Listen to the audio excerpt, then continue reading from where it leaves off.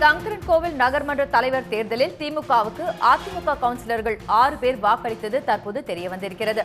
நகர்மன்ற தலைவர் பதவிக்கு திமுகவின் கௌசல்யா வெங்கடேஷ் 22 வாக்குகள் பெற்று வெற்றி பெற்றிருக்கிறார். இதில் அதிமுக கவுன்சிலர்கள் கட்சி மாறி வாக்களித்ததால் அக்கட்சி வேட்பாளர் அண்ணாமலை புஷ்பம் 6 வாக்குகள் வித்தியாசத்தில் தோல்வியடைந்திருக்கிறார்.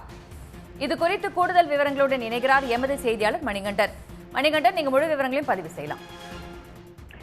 தென்காசி மாவட்டம் சங்கரன்கோவிலை பொறுத்தளவில் 30 வார்டுகள் உள்ளன. 30 நகர்மன்ற உறுப்பினர்கள் உள்ள நிலையில் ஏற்கனவே நகர்மன்ற தலைவராக உமா மகேஸ்வரி இருந்து வந்த நிலையில் அவர் மீது நம்பிக்கையில்லா தீர்மானம் கொண்டு வரப்பட்டது.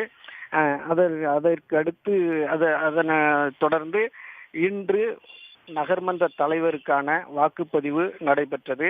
இதில் ஏற்கனவே இந்த நகராட்சியை பொறுத்தவரையில் திமுகவை பொறுத்தவரையில் 9 கவுன்சிலர்கள், அதிமுகவை பொறுத்தவரையில் 12 கவுன்சிலர்கள், மதிமுக 2 கவுன்சிலர்கள், காங்கிரஸ் 1, சுயேட்சை 5, எஸ்டிபிஐ 1 என மொத்தம் 30 கவுன்சிலர்கள் இருந்த நிலையில் இன்று இந்த தேர்தலானது நடைபெற்றது. தலைவரை தேர்ந்தெடுக்கக்கூடிய இந்த தேர்தலில் 28 நகர்மன்ற உறுப்பினர்கள் வாக்களித்திருந்தனர். இதில் 22 வாக்குகளை பெற்று திமுகவை சேர்ந்த கௌசல்யா வெங்கடேஷ்